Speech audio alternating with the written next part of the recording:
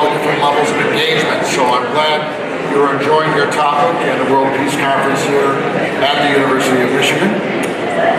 We have gathered 7 willing and confident volunteers who have agreed to share the highlights of their breakout sessions. You were in one of those, I hope.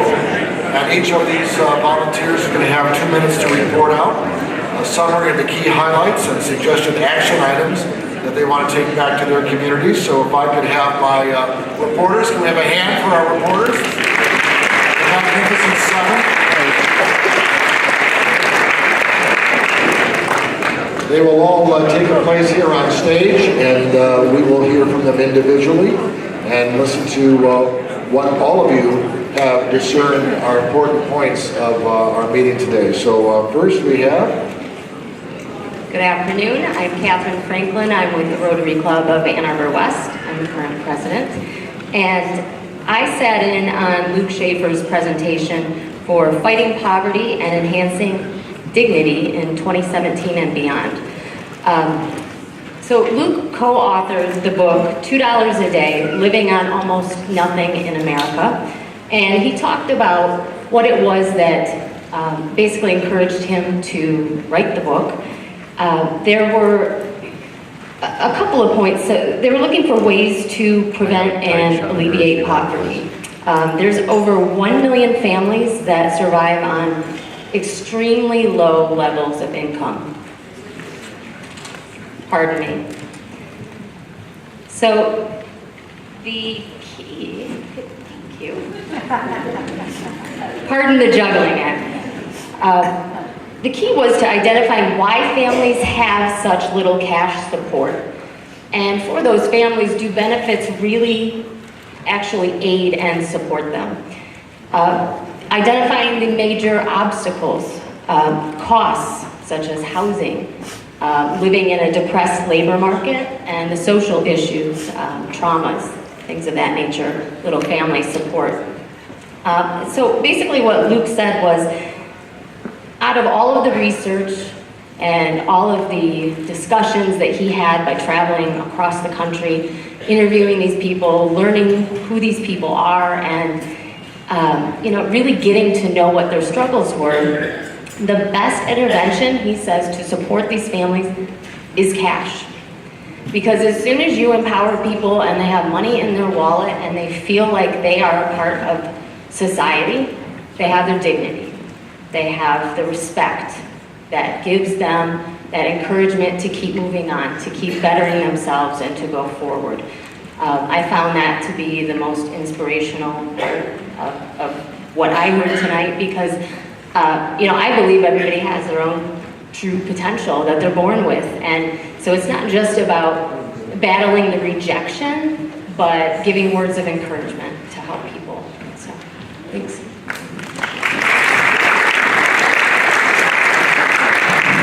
I'll just shuffle people across here to the front, and we have Tiara. And Tiara, you're from where? Detroit International Academy. Okay, very good. Well, let's hear about your session. What was it? Okay, so basically we were in storytelling, and the presenter was Jessica. We went through the reflection. We had about 15 minutes to go through, and we had a free write. So what she wanted us to do was basically reach down inside of ourselves and find out what time we were most peaceful with ourselves. So we went through that, and basically after we were done, we did a group share. So we split up into like groups of 4 and 5, and it was diverse people, and we basically shared our stories about the time where we were most peaceful, and it inspired each other. We inspired each other because our stories were they were so deep, and they were so inspiring, and everyone was like, wow, that's really amazing. And so basically after we were finished, we did the suggested actions. And so some people were saying peace labs, where you can tell stories online about trauma and healing, what you can do to offer and help find peace. Social media, ways you can deliver your own stories, the real stories. And also a website online called H2U, how water impacts people through the means of environment. Thank you.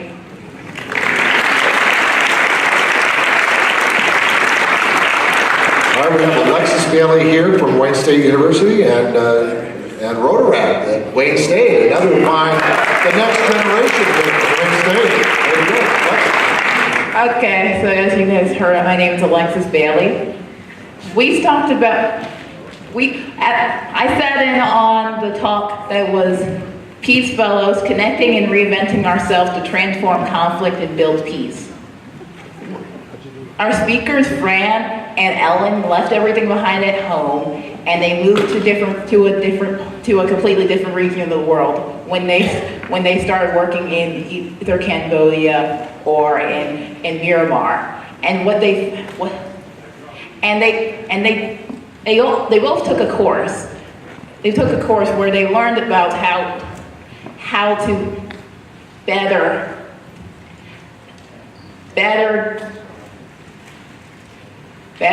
make peace in the world. They were already seasoned professionals in the NGO world. They had experience and such, but even they had lessons to learn and take from this. So the more, and Ellen found that while they were talking and they were listening to the professors and talking about the methods of creating peace, they learned that some of their methods that they've been using for over 20 years weren't the best. And so a lot of it wasn't so much about them learning about how to do things, but they were learning about themselves, and they were learning how to change what they were doing so that way they could work more effectively in achieving peace.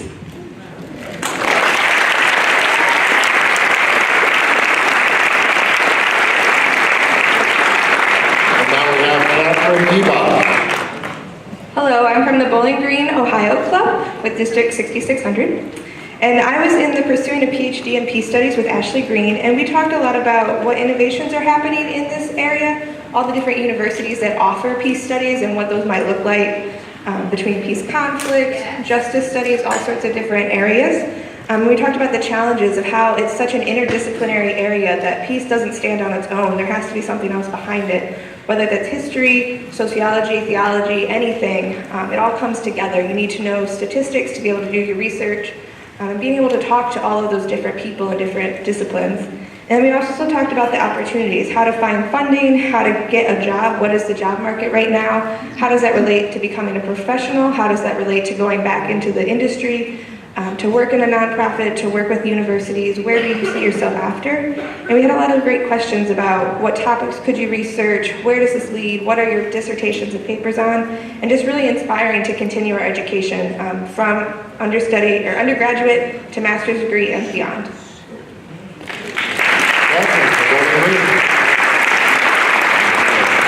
And this is Benjamin Brady. Benjamin, go ahead. All right, yeah, well, I'm, as said, I'm Ben Brady. I'm from Perrysburg High School Interact Club. And the group that I'm presenting is, I actually, to be honest, I don't have the exact name, but I wrote down Bringing People Together of Different Faiths and Beliefs.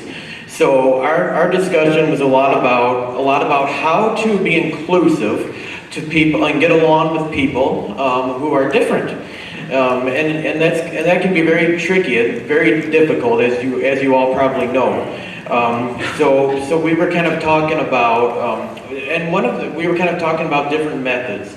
And I have a whole lot, I have many written down here, but I think they might, I don't know if I have time to present them all, but we kind of have the core values, which is kind of like the values needed to kind of be able to be successful at peacemaking, which are knowledge and understanding, and then skills, and then relationships. And they all are intertwined, but I would like to touch on the relationships, were kind of the one that stood out to me. It was about kind of formulating the relationships with people of different beliefs, not just tolerating them, like as some people would say, but actually kind of like going to a deeper level where you actually appreciate them and accept and validate their ideas. And the important thing is you don't have to let go of your own values, which I thought was very interesting. You know, some people are afraid to accept others' ideas because they feel like that means they have to consider the possibility that their ideas are wrong. And that's not necessarily always true. You can still be very affiliated with your own belief and faith, but you can also kind of learn about others and just so you can understand other people better. Not necessarily to change your own views, but just to kind of understand those people so you can form a relationship and bond with them. So yeah, it was a wonderful, it was very inspirational, and I found it very useful, and I think there's many different areas. Actually, I forgot to present the presenter, Chuck Workowski. I don't even know if I'm pronouncing that right, but he had a lot of good points, and he had a very great talk and a great speaker. So yeah, it was a wonderful speech, and I hope we can take something away from it.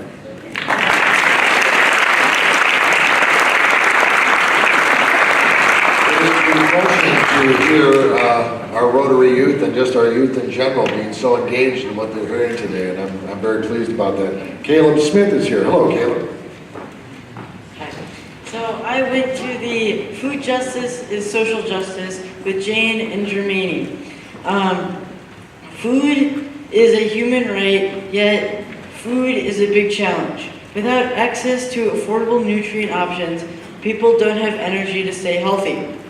Students who are hungry don't do well, which keeps them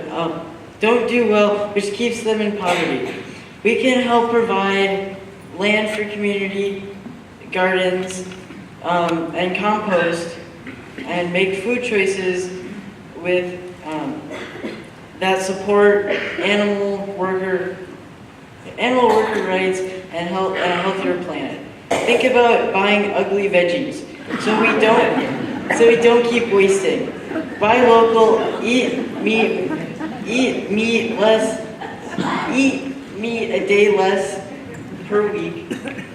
Who likes to pick a warm apple right off of a tree? Rotary International's president 2017 has challenged each Rotarian to plant a tree to help with climate. What if each Rotarian would choose to buy a fruit tree that can be planted to help families get food? We can create more oxygen while growing the food. What if kids and parents plant these trees? Guess what? You can.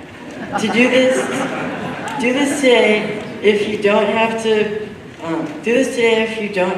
a place to plant a tree, visit me and I'll plant a fruit tree in your honor with the nonprofit I run in Minnesota.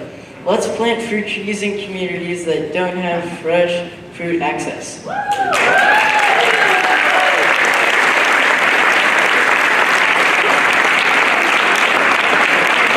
love it.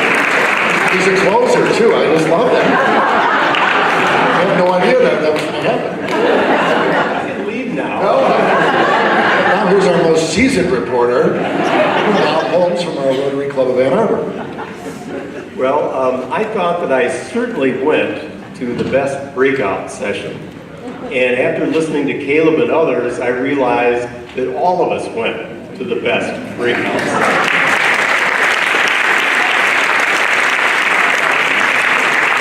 I will say that my breakout session was given by someone who has gotten 12 million hits on their Facebook page.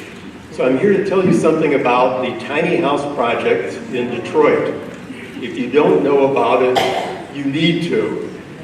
It is run by Reverend Faith Fowler, who is a minister in the Cass Corridor in the corner of Selden and Cass. Just south of the Wayne State University campus. Her program of tiny houses is located at the Lodge Expressway and Davison, if you're familiar with Detroit, just north of Boston Edison. Her vision in a neighborhood that has hundreds and hundreds and hundreds of vacant lots and hundreds and hundreds and hundreds of apartments and houses that are in less than substandard condition, basically uninhabitable, is to regenerate this neighborhood in a very profound way. We often hear that how income inequality has increased so much over the years in the United States, and really in many countries of the world, most countries of the world. But asset inequality is something that is even more profound in our society than income inequality is. Faith proposes to change that. A wonderful name for a minister, Faith, proposes to change that by building tiny houses, 250 to 400 square feet, that one person or a couple can live in. There's one built right now. There are 5 more where the foundations are in and the walls are up. The goal is to have 25 of them. And at the point that they are all built and people are living in them, there's the hope to have family tiny houses as well. It is aimed at a very important niche because they are aimed at people who cannot afford Habitat for Humanity houses. In Detroit, you've got to have an income of about $150,000. These tiny houses are aimed at people who have an income through employment, or SSI, or what have you, of $900 a month, just missing the cutoff for a Habitat house. So a very important niche. These are people who may have been homeless at one point, although not necessarily, but they have an income, and essentially, without taking any longer, Steve, they pay 1/3 of their income in the way of rent that covers utilities, insurance, security, and so forth. And then after 7 years, they own the house. And they own the house because very generous donors, some of whom are in this room, are paying money up front so that these houses can be built. And so, again, one of the most creative projects in Detroit, a city that needs more creative projects. And so it was a particular pleasure to kind of cover a presentation by somebody who I really consider a modern day heroine. And go on the website for Cass Community Social Services. I think you'd be just as interested as I am. Thank you.